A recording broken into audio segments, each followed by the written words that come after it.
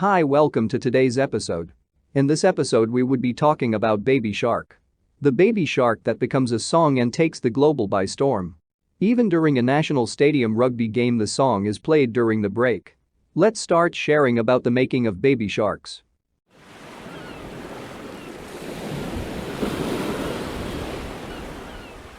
Have you ever wondered how baby sharks are born? Is it by hatching from an egg or by giving birth from the mother like you and me? The right answer is both. Unlike most bony fish, sharks are K-selected reproducers, meaning that they produce a small number of well-developed young, as opposed to a large number of poorly developed young.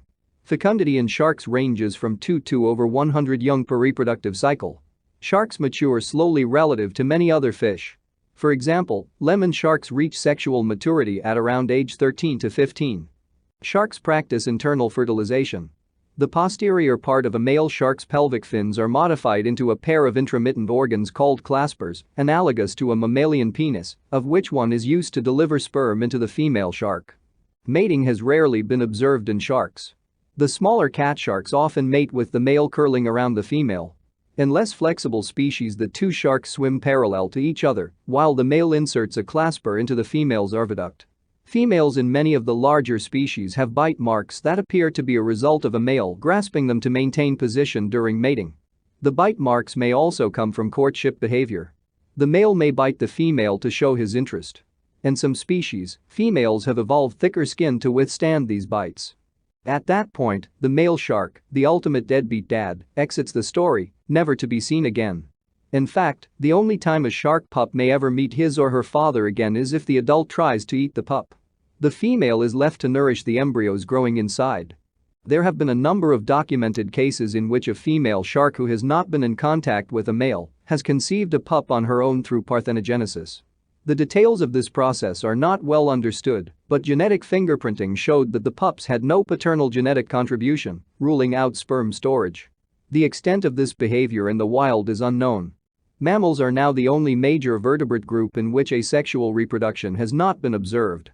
Scientists say that asexual reproduction in the wild is rare and probably a last-ditch effort to reproduce when a mate is not present.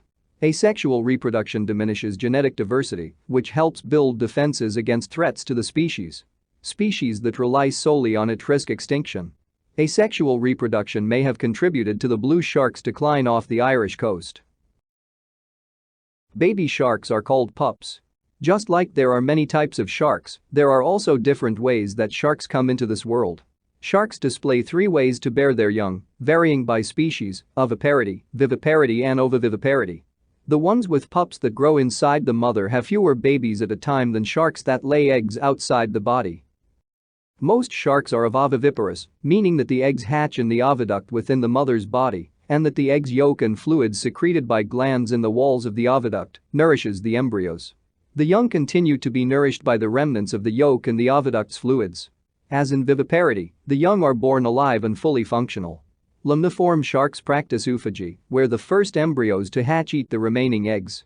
Taking this a step further, sand tiger shark pups cannibalistically consume neighboring embryos. The survival strategy for ovoviviparous species is to brood the young to a comparatively large size before birth. The whale shark is now classified as ovoviviparous rather than oviparous because extrauterine eggs are now thought to have been aborted. Most ovoviviparous sharks give birth in sheltered areas, including bays, river mouths and shallow reefs. They choose such areas for protection from predators, mainly other sharks, and the abundance of food. Dogfish have the longest known gestation period of any shark, at 18 to 24 months.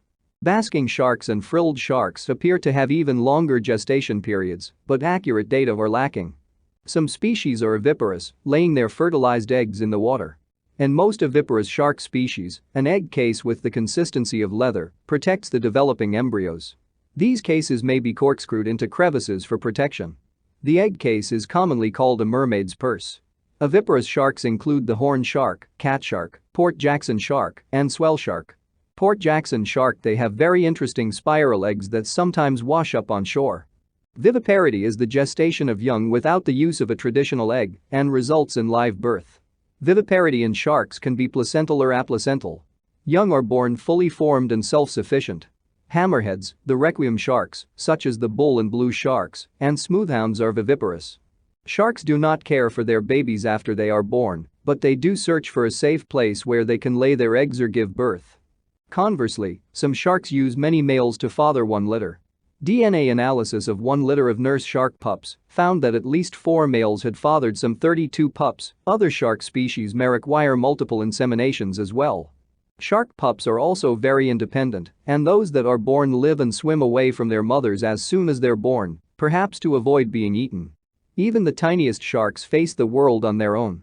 Shark pups don't receive any further nourishment or support from their parents. It's up to the pup to find food and evade predators. A shark pup's success in life is largely determined by its size at birth and whether the female shark has used a nursery area or a shallow part of the sea with fewer predators than the open sea. Some shark species grow very slowly, putting them in danger of being eaten by bigger sharks for longer. If few pups survive to maturity and reproduce themselves, shark species could be in danger, particularly those subject to other pressures, such as fishing.